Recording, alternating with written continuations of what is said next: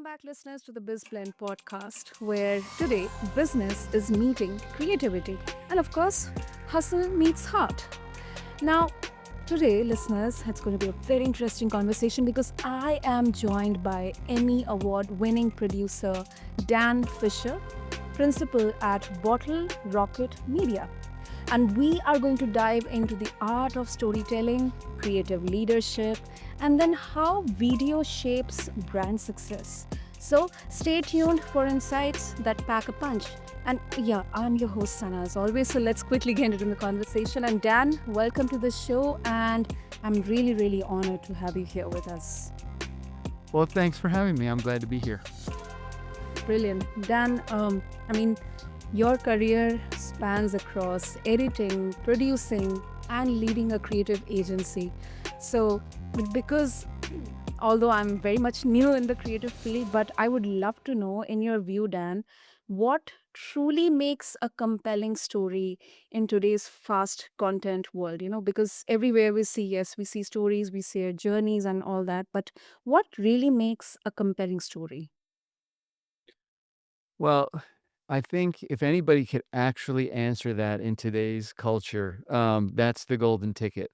I feel like, compelling is subjective. And so, there are elements that we all, if we've been doing it for a while or if we're educated, we all do. We infuse emotion. If it's video, we cast it properly. If it's the written word, we try and choose the right dialect to communicate where we are. But I think a big part of it in what we do is knowing who our audience is. My team spans from 23 to 60 years old, and I can assure you that on a daily basis, the media consumption just in my team alone is vastly different. I have members of my team who don't even know what TikTok is, and I have members of my team who only know what TikTok is. So it really does depend for us when we're talking about what's compelling is who we're trying to communicate with. Hmm. Wow. That's really interesting. And you know, since we are talking about today's world, do you think then attention spans have changed the fundamentals of storytelling, or it's just how we package the story? Because often we see these common elements working there. Shock element or surprise element or something which is really very weird or kind of sparks our attention because it's something different from usually what we can expect. I feel like the fundamentals of storytelling can't change, because the goal of any story, is there's two, is to deliver some sort of information and connect on a deeper level. Techniques are changing for sure. You just said it. There's an element in social media right now, there's a lot of shock happening. I think the way, stories are edited is a little bit different. A lot of times people are leading with the punchline or the climax, and then they go back to tell the story because they know that they have to capture somebody's attention before they swipe away.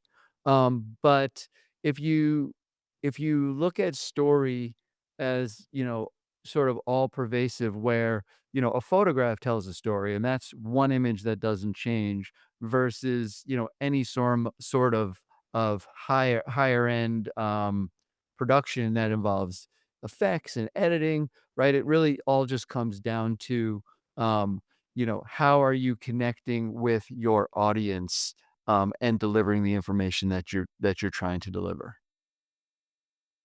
So the basics remain the same. Yeah, that we will see I it. think they have to.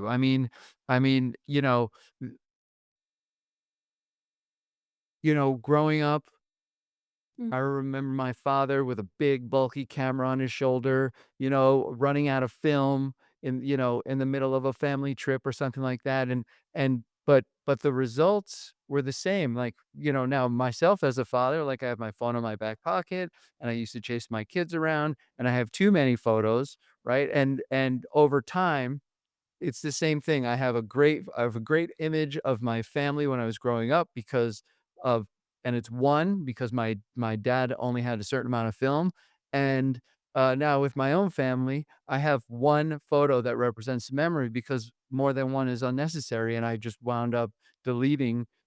I take 75, delete 74. So at the end of the day, it's the way it's received by the people who are getting the information does not change. I agree. I agree. Okay, now talking about creative leadership, I mean, you are heading Bottle Rocket Media, and creative leadership. I feel it's a tricky balance because creative can be subjective. What, as you mentioned, you have people who do not even know about or don't use TikTok, then you have people who know only TikTok. So how do you foster originality and innovation within a team while also meeting client demands and business goals? Because that's, sometimes situations can be really very, kind of colliding, or the creative thought process can be different. Yeah. I think the most important aspect of running a creative team is to create an environment where everybody is comfortable speaking up. Yeah.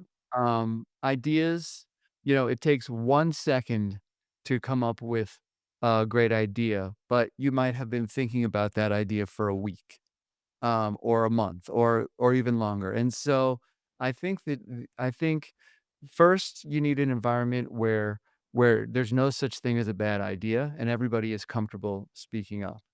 And that's actually very hard to do because everybody comes to the table with preconceived notions, and um, most creative people are insecure about their ideas, from the most practiced to the beginners.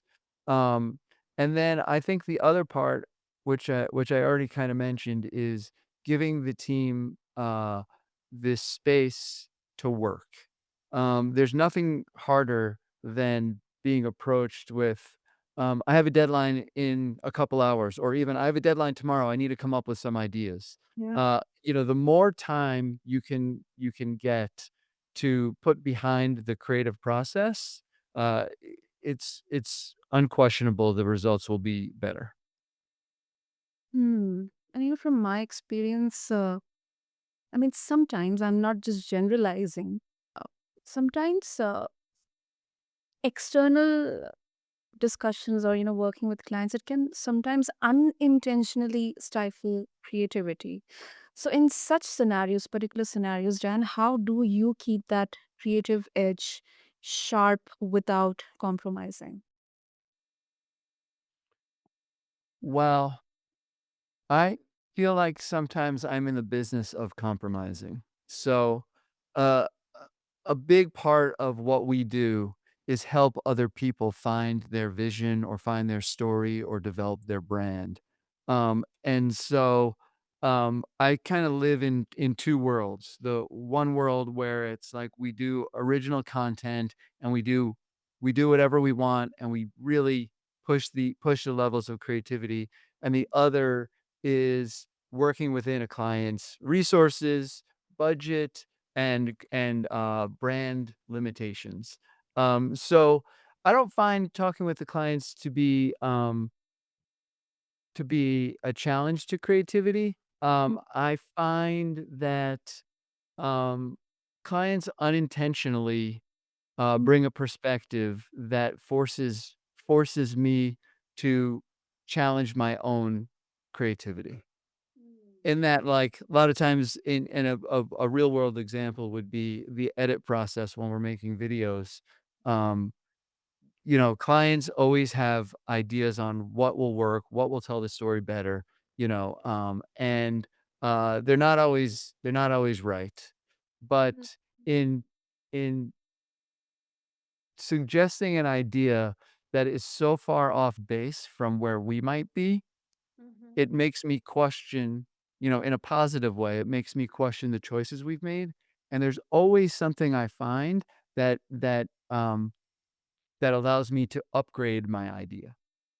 I might not I might not use their idea completely, I might not use it at all, but I will always consider it and put it up against what we did. And then you know, if I don't have a reason why I don't use their idea, then I will try and use it. But it always makes me rethink in a different way. And then the end result is always um well, better is a subjective word, but is always positive. Yeah, I understood. And it's then again, this is more of a pragmatic approach to this, instead of just outrightly dismissing it. So yeah, that's quite a lot. Well, we're being hired to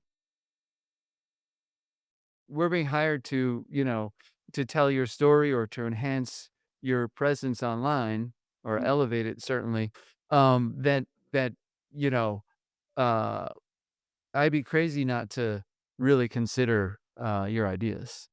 Yeah, true. That's true.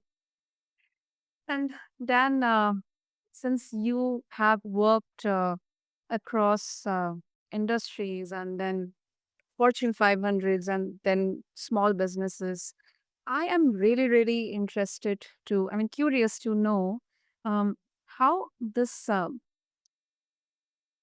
tangent of or the leadership and the storytelling part, how does it shift when you are working with global big brands versus grassroots organization? So the technical approach is the same. The the thing that we need to consider again, I think, is the audience. When I'm working with global big brands, one of the first questions that comes up is how many languages are we delivering the product in? Which, of course, if it's more than one, dictates often how we create, right? Are we gonna have we will have fewer talking heads on camera, perhaps, as an example. But it doesn't really change much for us in the way we approach a concept because, the story is still gonna be, king. Yeah. Hmm. And do you think that small brands they actually have more storytelling freedom, or that's a myth that we kind of tell ourselves? I think small brands have the luxury of maybe being more nimble, Oh. which is to say they don't need approval by, as many as a dozen different people or levels of management. The fewer people there, you walk in a room, you come up with an idea, you go out and you create it, and it's good, right? That's the luxury of a small brand. A larger brand with a lot of eyes on it, every move they make seems to be more precious. I try and promote the idea that that doesn't need to be the case because, you know, um, the old school way of thinking is you're making a 30-second commercial, and from there you're developing a couple of other assets. But really now, everything is so disposable, even the expensive content that, I encourage all of my clients at any size to be willing to take a few more chances, because if it doesn't work, money aside, you don't lose anything these days because there's so much saturation. Mm. So nimble, irrespective of whether it's a large organization or a small brand, I think being nimble is it really really pays off. Yeah, I think you have the ability to test a lot of things and really find what your audience is looking for and develop it from there. I don't think approaching it with a one and done mentality or where you have to get it absolutely right on the first time out, I think is prohibitive. Hmm. Do you have any you know interesting not exactly case study or an example where you worked with, I mean, a big brand or a small one, and you kind of got surprised that okay, this was something I thought it's not working but it actually worked because you know it is so dynamic. Sometimes you think, okay, this might be really um doesn't look like logical, but let's just go with it. Let's see. And then boom, it kind of had great numbers in there, and it kind of struck a chord with the target audience, or the people. Trying to think of any surprises. I mean, what you're suggesting is, which we believe strongly, is that, in our case, the client, uh, oftentimes we're learning what the brand is, on the first engagement, and so we rely on their expertise on the brand and the industry, um, until, the second or third time out where we have more understanding of what the brand is trying to do. Me think of surprise. I think my surprises have been more the other way, and I think most creatives can identify with this, where you create something and you think it's gonna be, um, a huge success, and it does fine, but it doesn't rise to the level that you anticipated. Mm-hmm, mm-hmm. But nothing that went the complete opposite way, no. Hmm. Yeah, because it feels like the content has to perform more than ever today. So I I'd say my biggest surprises were when I was working on the Oprah Winfrey Show, because I wasn't the audience for that show, that I wasn't the natural demographic for that show, so we created a lot of content for television that I didn't understand, really I w I just really didn't understand that it was, received as well as it was. Oh, okay, okay. And what was the biggest learning from that? Uh, One, that I have, an uncanny ability to make millions of Okay. people cry on a regular basis. Okay. Um, two, that you never know. I mean, you really never know. Like, how many times a year does a major studio come out with a blockbuster film and it doesn't do well at the box office, and then another independent film makes, 10, 15 times its original budget. Like, you really you can take educated guesses, and you can take all the steps that make sense in the moment, but you just really never know what's gonna resonate with people. And if you bring it back to what we're talking about, content on a regular basis, even more of a reason to take chances when you're making content. Wow, interesting. Fascinated, Dan. Great, great. So before we wrap up, if our listeners would like to connect with you, what is the best way to do that? The best way to do that is my company website is bottlerocketmedia.net. I am on Instagram. My personal Instagram is Lively Fisher, but also on all the major um, social media platforms. If you search Bottle Rocket Media, you can find a lot of content that we're creating all the time. Great. I'll have all the links in the show notes and there for our listeners. And Dan, this was really, really refreshing take, especially with regards to the leadership lessons and then your creative wisdom. So thank you so much for giving me this opportunity. Thank you. Thanks for having us. Great. Thanks for having me. Thank you. Thank you, Dan. And to all the listeners, don't forget to connect with Dan. I'll have all the links in the show notes. And also, don't forget to subscribe to us, BizBlend, for more such unfiltered conversations on building or leading or innovating in business. And see you next time. This is your host, Sana, signing off. Thank you.